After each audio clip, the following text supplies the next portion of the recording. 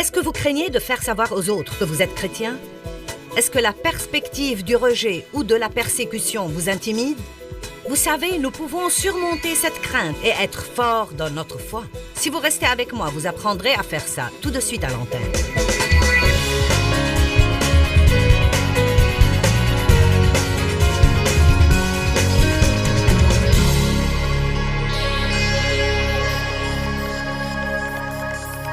Eh bien, vous avez peut-être remarqué que vous avez un ennemi. Il s'appelle Satan, Lucifer, le diable, le séducteur, le malin, le menteur. Il a toutes sortes de noms. Mais l'essentiel, c'est que... il veut s'assurer que vous ne faites aucun progrès. Est-ce que vous avez remarqué que quand vous commencez à faire des progrès, une attaque semble s'amener, et puis vous pensez, eh bien, je fais ce qu'il faut. Pourquoi est-ce que j'ai un mauvais résultat? Eh bien, vous savez, vous devez persévérer et faire toujours ce qu'il faut. Et puis, finalement, vous traversez des situations difficiles.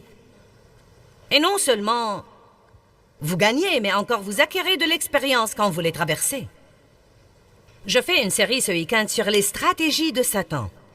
Non pas que j'aime particulièrement focaliser sur Satan dans 4 réunions, mais je crois que c'est tellement dangereux de l'ignorer. C'est dangereux de lui prêter trop d'attention, mais c'est dangereux aussi de l'ignorer.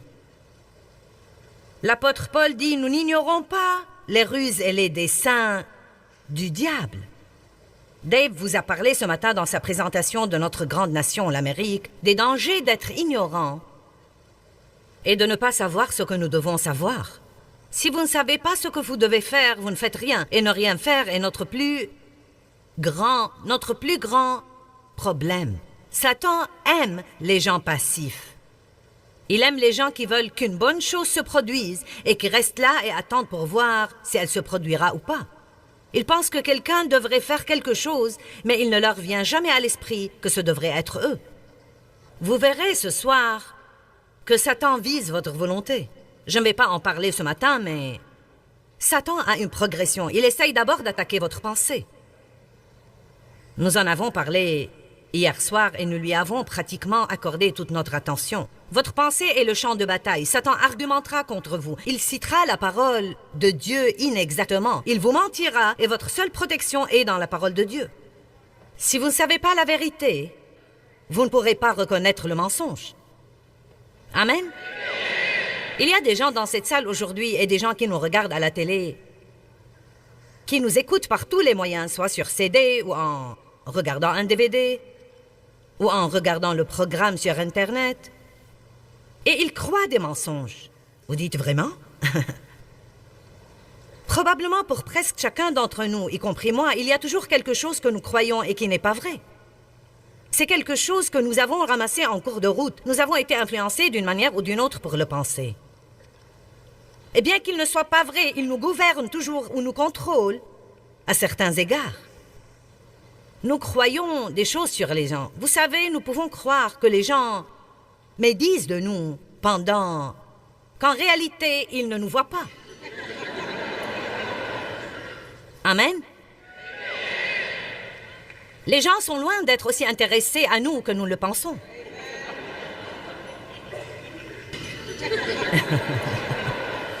Amen. À quoi penses-tu? Que dis-tu? Je n'aime pas la façon dont tu me regardes. Pourquoi tu ne me parles pas? C'est comme... ils ne vous voient pas. C'est comme... arrêtez de vous inquiéter de ce que font tous les autres. Ne recevez pas ces mensonges de l'ennemi. Soyez gentils avec les autres et ne vous souciez pas de qui est gentil avec vous. Ne médisez de personne et ne parlez de personne et ne vous souciez pas de qui médit et parle de vous. Nous nous inquiétons tellement de ce que nous font les autres que nous n'avons jamais le temps de faire ce que nous devrions faire pour ce qui est d'obéir à la parole de Dieu. Donc nous avons appris que nous devons résister au diable à tout moment. Non seulement pour quelques minutes le dimanche matin, mais à tout moment. Nous avons 4 domaines à couvrir ce week-end. Nous avons couvert le premier hier, Satan le menteur. Ce matin, nous allons parler de Satan comme étant le destructeur. Le destructeur. Il est autoritaire. Il veut essayer de vous contrôler, de vous manipuler. Et il est aussi l'accusateur des frères. Chaque fois que vous vous sentez condamné, c'est le diable. Si vous vous sentez convaincu, c'est le Saint-Esprit. Mais c'est désolant que nous ne faisons pas la différence entre les deux. Et donc, bien des fois, nous laissons ce dont le Saint-Esprit nous convainc se transformer en une condamnation et nous restons là, à ne rien faire et nous en vouloir. Je reviendrai sur ce point plus tard. Nous allons parler ce matin de l'ennemi, Satan, le destructeur, et la chose principale, écoutez-moi bien, la chose principale qu'il veut détruire, c'est votre foi. C'est incroyable les grandes choses que vous pouvez faire si vous croyez Dieu. Dieu utilise vraiment des gens ordinaires. Je suis toujours stupéfiée de ce que Dieu me permet de faire. Et personne ne pourrait être plus ordinaire, ou plus simple, ou plus normal, ou plus commun que moi. Dieu ne va pas chercher quelqu'un qui a la capacité, mais il cherche quelqu'un qui est disponible. Il cherche quelqu'un qui dira oui et fera des pas de foi. 1 Corinthiens dit que Dieu utilise exprès les faibles et les choses folles du monde pour confondre les sages. Martin Smith de Delirious et son groupe a voyagé avec nous dans les dernières années et nous avons eu le privilège d'avoir certains des grands leaders d'adoration au monde pour mener notre adoration, Israël étant l'un d'eux. Mais on a bien rigolé il y a 2 ou 3 conférences car Martin a raconté qu'il avait échoué en musique. Et j'ai failli moi-même échouer en anglais et j'ai pensé... Maintenant, nous voilà. Il vous mène dans l'adoration et je vous enseigne. Et il a échoué à sa matière et j'ai échoué à la mienne. Mais Dieu a un plan plus grand que vous ne le savez pour vous. Mais si vous voulez faire quelque chose pour Dieu, surtout si vous n'avez pas beaucoup d'atouts, vous devez avoir la foi. Non, mais quand Dieu m'a appelé à commencer à enseigner la Bible, je ne savais même pas... Je ne savais pas quoi faire. Je suis allée à mon pasteur, je faisais partie de l'église luthérienne, et je lui ai dit, si quelqu'un veut enseigner la Bible, que devrait-il exactement faire? Et j'ai commencé comme ça. Il m'a dit que le livre de Jean était bon pour commencer. Et j'ai cherché ma Bible, et j'ai commencé par le premier chapitre. J'avais 12 dames, et nous avons démarré. Et je ne savais rien de rien. J'ai appris en cours de route, mais j'ai commencé par la foi. Et au cours des années, j'ai dû maintenir ma foi et ne pas laisser le diable me la voler. Et je veux que vous sachiez aujourd'hui que quel que soit ce que vous traversez, ou quel que soit ce que vous attendez et qui n'est pas encore arrivé, le diable vous ment et il fait pression sur vous émotionnellement et il vient contre vous. Et il vise essentiellement votre foi, car sans foi, il est impossible de plaire à Dieu. Ceux qui s'approchent de Dieu doivent croire qu'il existe et qu'il est le rémunérateur de ceux qui le cherchent diligemment, non pas ceux qui le cherchent de temps en temps, non pas ceux qui le cherchent sur les cimes et l'oublient dans les vallées, mais pour ceux qui le cherchent diligemment, il est leur rémunérateur. Et j'aime ce que Dave a partagé ce matin, comme quoi il a prié et prié pendant des années pour notre nation et pour toutes les villes que nous visitons. Et pourtant, quand vous écoutez les nouvelles, il semble parfois que les choses empirent. Mais vous savez quoi? Nous devons passer outre à ce que nous voyons et dire « Dieu est fidèle ». Et j'ai prié, et il m'a entendu, et Dieu est à l'œuvre. Et tout à coup, soudainement, vous savez, c'est comme ça que Dieu agit parfois. Parfois, c'est petit à petit, vous voyez un petit progrès, mais parfois, vous avez un tout à coup dans votre vie. Et c'est comme, waouh! C'est Dieu! Non, mais j'ai vu des femmes qui ont cru Dieu pour le salut de leur mari pendant 25 ans sans se lasser malgré les découragements et les déceptions. Vous savez, en persévérant dans leurs prières. Et tout à coup, soudainement, la bonne semence au bon moment, le bon message au bon moment, et les vieux fripons ont été sauvés. Et tout a changé. Je ne sais pas où je serais si Dave Meyer avait perdu espoir en moi. Donc Satan veut détruire votre foi. D'abord, il attaque votre pensée.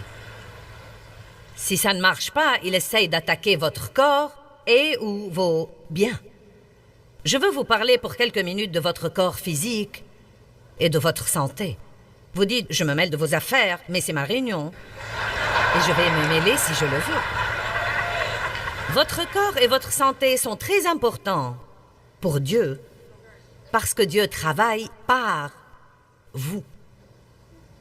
Il a construit une arche par Noé. Il a tué Goliath par David. Et il prêche par les lèvres des hommes et des femmes. Il va aux pauvres villages en Afrique et en Inde et en d'autres endroits qui sont nécessiteux, mais il y va par l'intermédiaire des gens.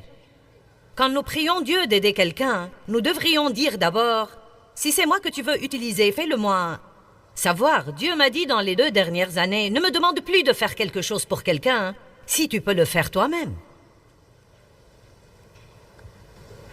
Oh. Ça a créé une petite tension, n'est-ce pas? Nous voulons toujours que Dieu aide quelqu'un par quelqu'un d'autre. Sans votre santé, il sera facile pour Satan de priver le monde du don que Dieu vous a donné.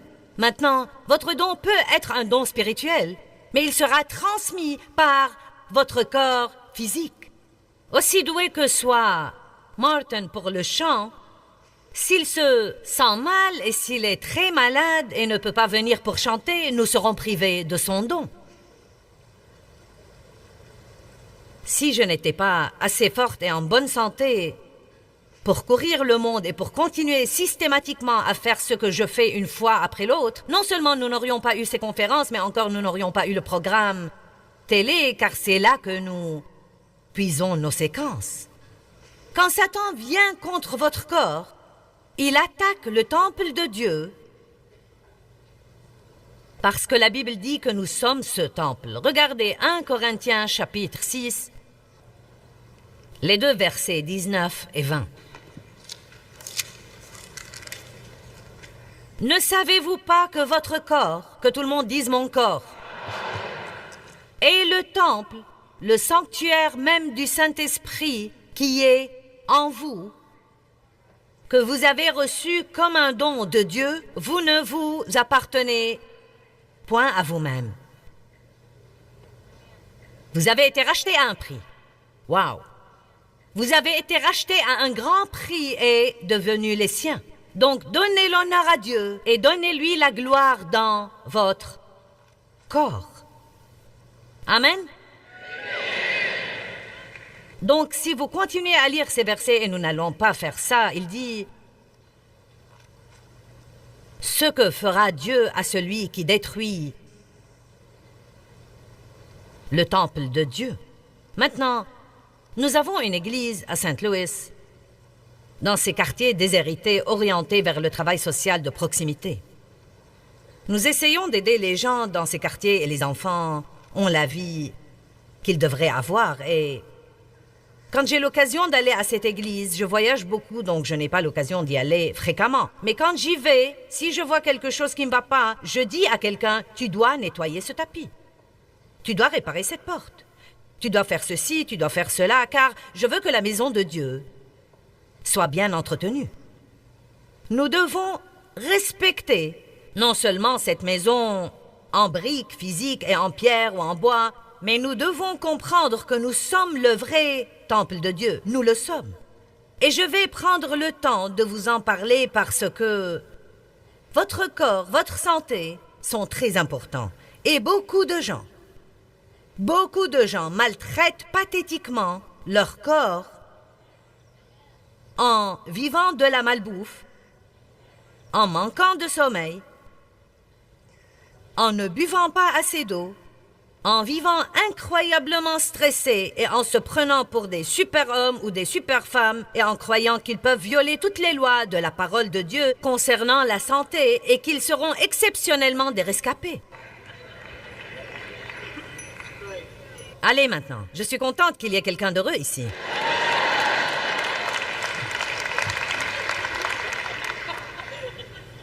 Pendant 10 ans de ma vie, je prêchais et je me sentais très mal. Vous n'avez pas d'idée à quel point je me sentais mal. Maintenant, il y avait différentes choses qui entraient en jeu.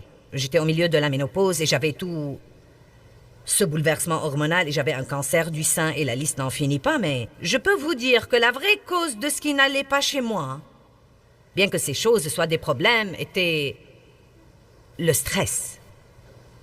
Je ne me reposais pas. Je n'avais pas de temps mort. Je prenais beaucoup de responsabilités. J'avais un faux sens de responsabilité. Je pensais que je devais prendre part à tout. Je ne savais pas déléguer mes responsabilités et m'abstenir d'intervenir.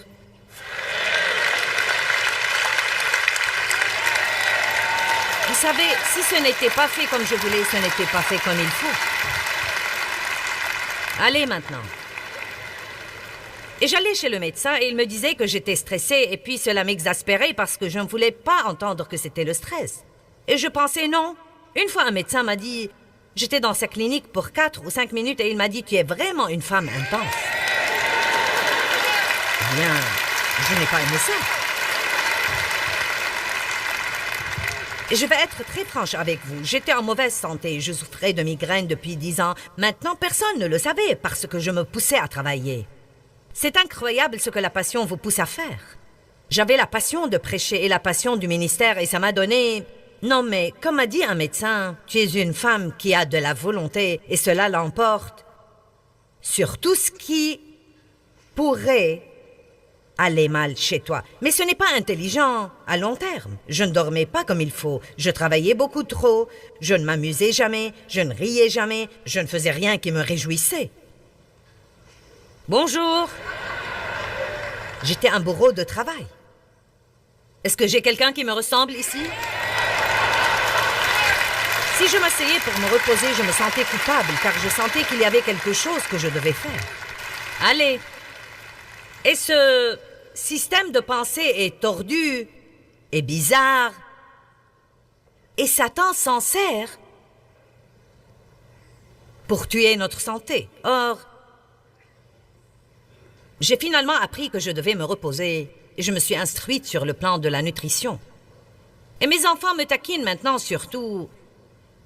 Mes 2 fils, car je ne sors presque jamais après la tombée de la nuit, sauf si je sors pour faire ces conférences. Et mon fils me dit, « Maman, les réverbères vont bientôt s'allumer, tu ferais mieux de rentrer. » Et je suis bien toute la journée. Non, mais je me lève, je me sens bien, c'est incroyable ce que je me sens bien, et je peux aller travailler et faire la télé. Et courir et faire tous ces trucs. Et Dieu me donne la grâce quand je dois sortir le soir pour faire le travail que je fais. Mais laissez-moi vous dire quelque chose. Quand 6 heures sonnent, je suis épuisée. Et puis c'est la thérapie du fauteuil le reste de la nuit. C'est ce que je l'appelle. La thérapie du fauteuil. Amen.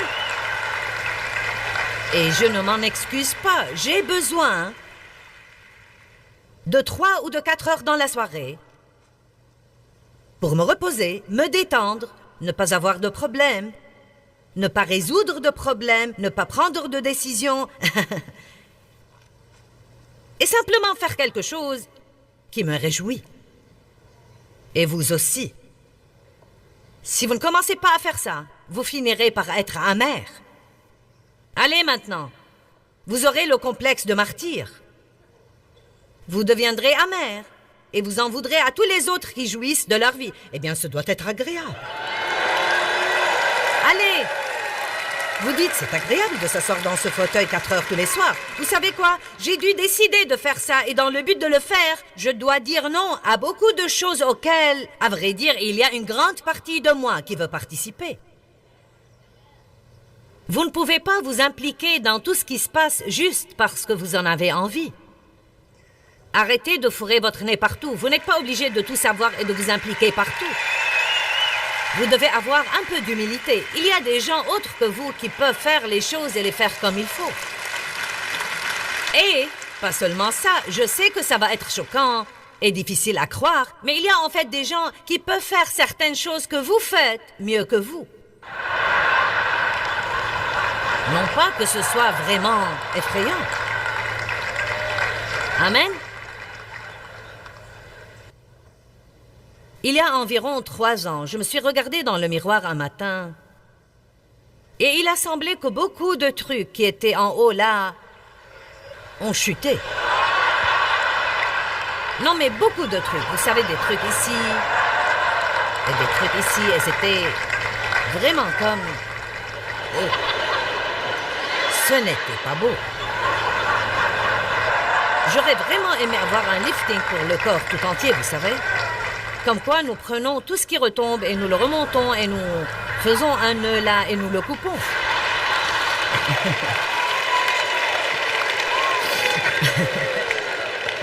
Mais j'ai pensé que ce serait très douloureux, donc...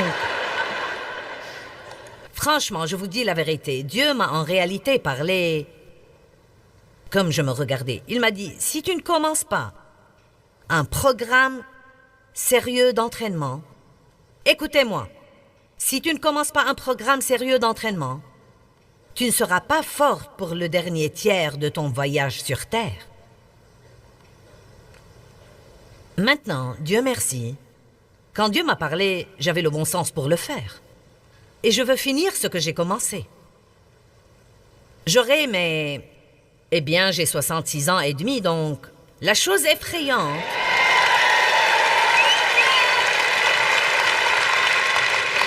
La chose vraiment effrayante, c'est que dans 3 ans et demi, j'aurai 70 ans. C'est comme, oh là! Oh là! Non, mais j'ai dû aller chercher ma carte d'assurance maladie pour les personnes âgées il y a 2 ou 3 ans et ça m'a semblé bien bizarre. Mais voilà le point essentiel. J'ai vécu au moins 2 tiers de ma vie. Je vais vous le dire carrément. Vous pouvez avoir 20 ans, mais un jour vous serez aussi vieux que moi. Mais vous devez décider maintenant de la condition dans laquelle vous serez quand vous en serez là. Allez maintenant, je m'adresse à quelques-uns. Oh, eh bien, je m'en inquiéterai quand le temps sera venu. Non, à ce moment-là, ce sera trop tard pour vous en inquiéter. Et je me suis dit, tu sais quoi, peu importe si je déteste l'entraînement, et si je ne veux pas mettre la gymnastique dans mon programme 3 fois par semaine,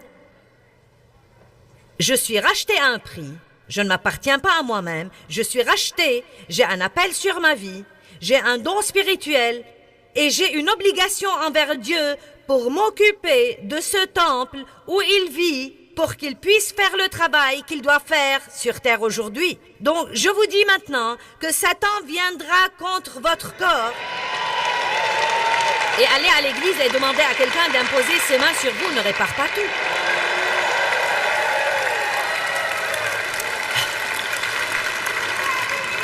Si vous allez continuer à vous maltraiter, quelqu'un pourra imposer ses mains sur vous jusqu'à ce que vous soyez chauve. Vous n'êtes pas obligé de faire ce que je fais. Priez et laissez Dieu vous le montrer. Mais vous devez vraiment dormir. Vous devez boire de l'eau et non pas un verre rempli de produits chimiques chaque fois que vous voulez boire. Et je ne dis pas qu'il y a du mal à avoir ces autres trucs, mais vous ne pouvez pas en vivre. Vous ne pouvez pas vivre de desserts et de barres chocolatées et de pommes chips et de repas rapides. Achetez un bon livre sur la nutrition, ayez un peu de compréhension. Lisez, instruisez-vous et ne laissez pas vos papilles gustatives gouverner votre vie et votre avenir. Amen? Eh bien, ça a un mauvais goût. Eh bien, tant pis. Mangez-le de toute façon. Donc, combien d'entre vous comprennent et pensent qu'ils doivent mieux se soigner? Ai-je apporté une conviction à quelqu'un dans cette salle?